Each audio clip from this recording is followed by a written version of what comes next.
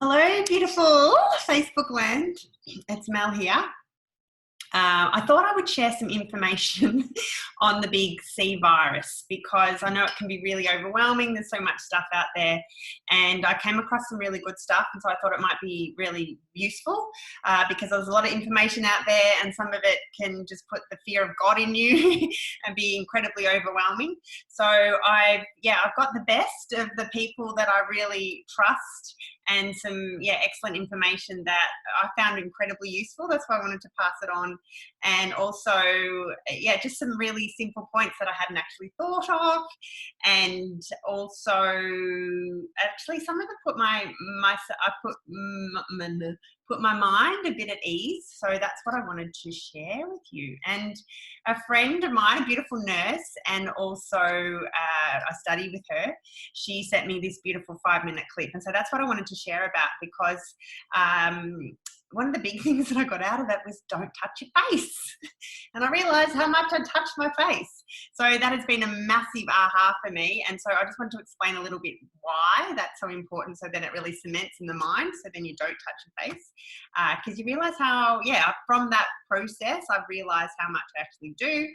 And so I'm not, which is good. It's like the whole saying sorry thing, until someone says, you say sorry a lot, you're like, oh God, I didn't even realise. And then you stop saying sorry, and then you stop apologise. You can apologise to people, but you don't say sorry, because then that lowers your self-worth. Interesting that came out. Okay, so from Peter Lynn. He's a family physician in America, and he explained in this video about the C virus, and that it's a family of viruses, which also includes the common cold, and it also includes SARS. And the virus looks like a tennis ball, and it has spikes on it. And what happens is how the virus is, affects us depends on what spikes are on the surface of this tennis ball of the virus. So for some, the spikes affect the nose, hence the cold. But with the C virus, the spikes actually attach to the cells in the lungs. And what it does is it puts information in the lungs, and it makes photocopies of itself. So that's how it spreads within the lungs. And it uses our environment to make more of the virus. This was the gold that I really liked. It actually needs to get into the lungs with help. Who helps it? We do. It has no feet, it has no wings, this is what he says, and it needs us to move it there. And so what we do is we avoid hanging out with people because of the respiratory droplets that are actually coughing, or, and don't touch your face. So that was the big kahuna for me, which will actually be the mode of transmission, which will bring it in to your lungs, because that's how the virus gets in. And he also said that masks are helpful but leaky, of course, because on the sides, and so the virus can still get in. But why masks are powerful is that it stops us from touching our face. So if you're having trouble touching your face, not touching your face, then I would certainly get a mask. Very useful. And what he also said is it's flu-like symptoms, shortness of breath.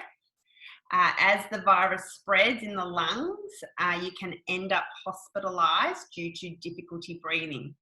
And then I came across some other information which really put myself at ease about this as well, around that hospitalisation, because I seem to think that everyone was getting hospitalised. He said that, well, of course, we know currently there's no treatment, it's all supportive treatment.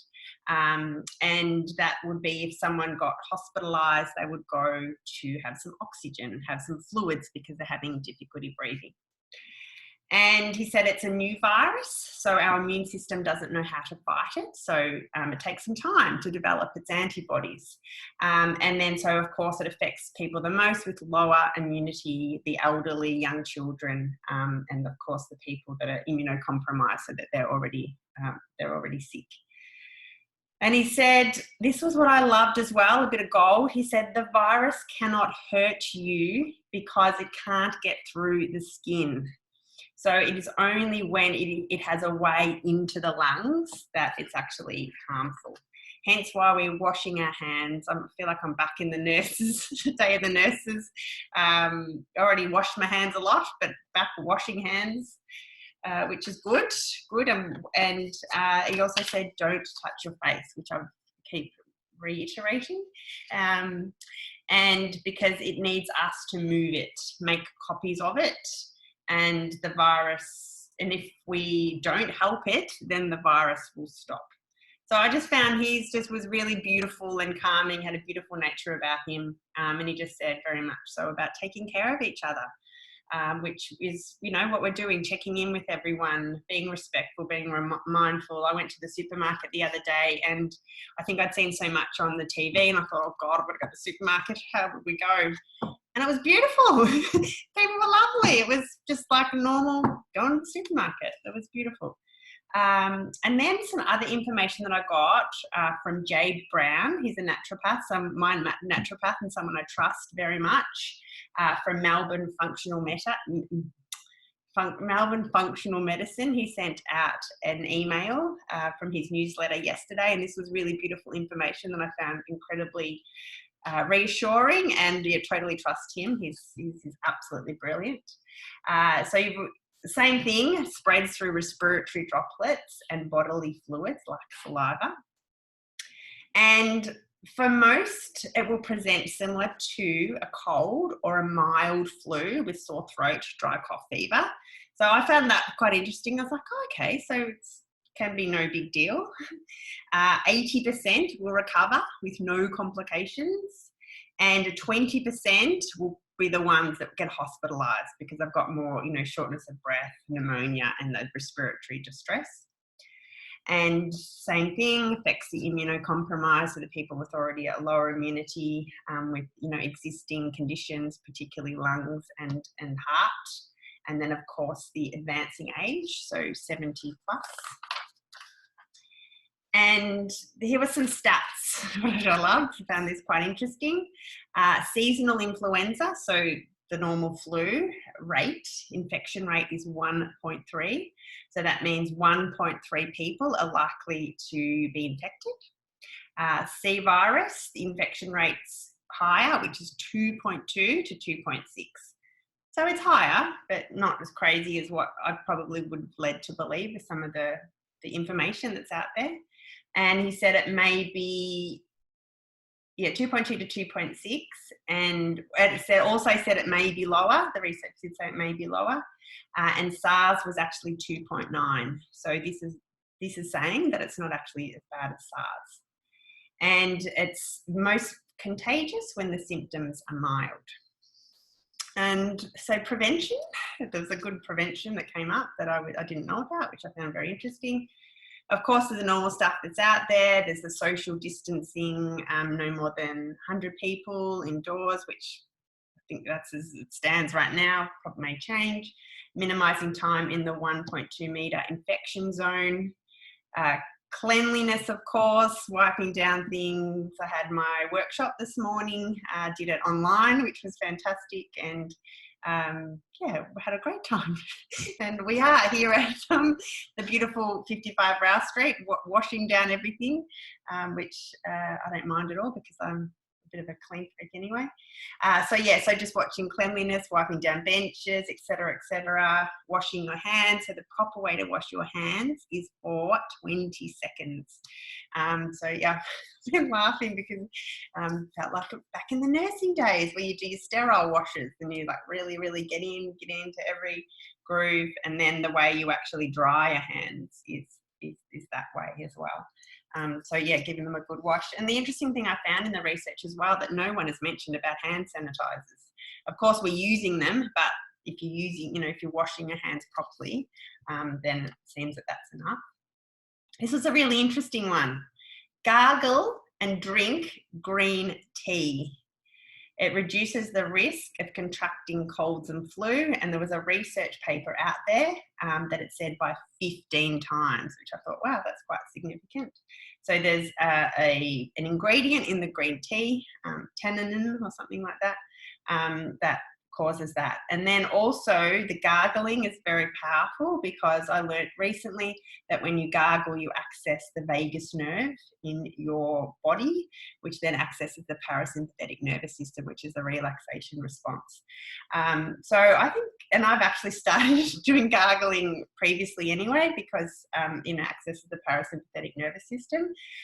So I think just even green tea or just gargling warm water would be quite effective. And it also said that the virus hates heat, and water hotter than 40 degrees actually kills the virus. And so the takeaway that beautiful Jabe said was, of course, decreasing stress, because when we're in stress response, we activate the immune response and inflammation in our body. So the more we can reduce stress, the better we are. I'm a massive advocate for deep breathing. Deep breathing, not reactively so much, but proactively. So deep breathing, and I shared that this morning in my workshop about deep breathing every single day and setting yourself up for success. When you take a deep breath, it stretches your vagus nerve, which is down in the bottom of your stomach. And that sends a message to your brain to activate the parasympathetic nervous system, which is the relaxation response. And what's the most thing we need when we're stressed, particularly, but every other day, is oxygen. And it's the one thing we don't give ourselves enough of. So just by taking deep breaths, you really oxygenate your body, your mind, and you have clarity of decision making. And this was a game changer for me quite a few years ago when I had lots of anxiety, and I started to do a practice of deep breathing for 30 days. And I started with 5 minutes a day for every 5 minutes a day, every day for the 30 days. And when I actually finished the 30 days, there was lots of resistance throughout that 30 days, but I was damn sure I was going to do it. I actually had no anxiety for 2 hours in the day after I'd actually done it. And so for me, that was like the magic pill. So I'm a massive advocate for deep breathing. And I say to people, do it and do it badly. A lot of hot green tea kills the germs. Yeah, that's news. What good news is that? Yeah, so I can't remember what I was saying then. Something about deep breathing. Yeah, I forgot what I was saying, but yeah, very, very, very powerful. And so it's, setting yourself up for success. So whatever that is for you, starting with maybe if you're quite a stressed person, busy, do, starting with 1 minute a day, doing that every day for 30 days, and then you can increase it to 2, increase it to 5. In the workshop, one of the beautiful ladies this morning, she said, what I would usually do, because I explained everything behind neuro pathways, and she said, what I would usually do is say, I'm going to do 30 minutes a day of deep breathing. But she said, but I'm not. I'm actually going to set myself up for success. And so went with 5 minutes. So really, that is the way. Set yourself up for success. So then your brain actually gets used to that. And then we start to choose practices to keep building that success and that addictive feeling to love and joy and acceptance of self. I think the one thing that I would take away from this is what I've learned in my own past about challenging situations is you learn to be present, because it can be just so stressful sometimes that that's all you have is the now. And so that's something that I've been working on for a long time, 10 years, learning how to be present. I feel like I'm much more present this decade than I've ever been, and it just gives me so much joy because you're really in the moment. And I think the more that we're living in the moment, the less our mind goes off to the past or the future. We can enjoy where we are, and we stop making up stories in our head. I used to make up a lot of stories in my head. The what ifs, could haves, should haves. If I didn't have anything to worry about, I created something to worry about. And that was my feedback loop in my body and my brain, was my addiction to stress, the stress hormones, but also addicted to the fear. Our body gets incredibly addicted to fear and keeps creating situations. So it actually gets that rush, that chemical stimulus. And another great tip is gratitude. I've been using that a lot. I use that every night. I practice gratitude for myself. It builds self-worth, self-esteem, self-confidence. But I've been doing it the next level in being present and practicing gratitude. just around the small things. It's like, wow, how lucky we've got fresh water. You know, you go overseas to third world countries and they don't have fresh water. We're very lucky we can turn on a tap and we've got, beautiful water. Also food, I'm practicing a lot of gratitude around food at the moment. I feel like I enjoyed the taste, but now I'm really grateful for having each meal and, really savouring that. One of the greatest tips that I'll give you, which is one of mine and one my mentor, beautiful Dr. Rosemary McCallum, taught us, was to have a worry hour. So if you do have, stresses and worries going on, which we do, then you allow yourself 1 hour a day where you're actually allowed to worry. And what that does is that then outside of that 1 hour zone, and I would say to do that 1 hour zone sort of in the afternoon, not at night time, because you'll actually go to bed, with your subconscious mind in fear, which will drain your energy overnight. You'll wake up exhausted.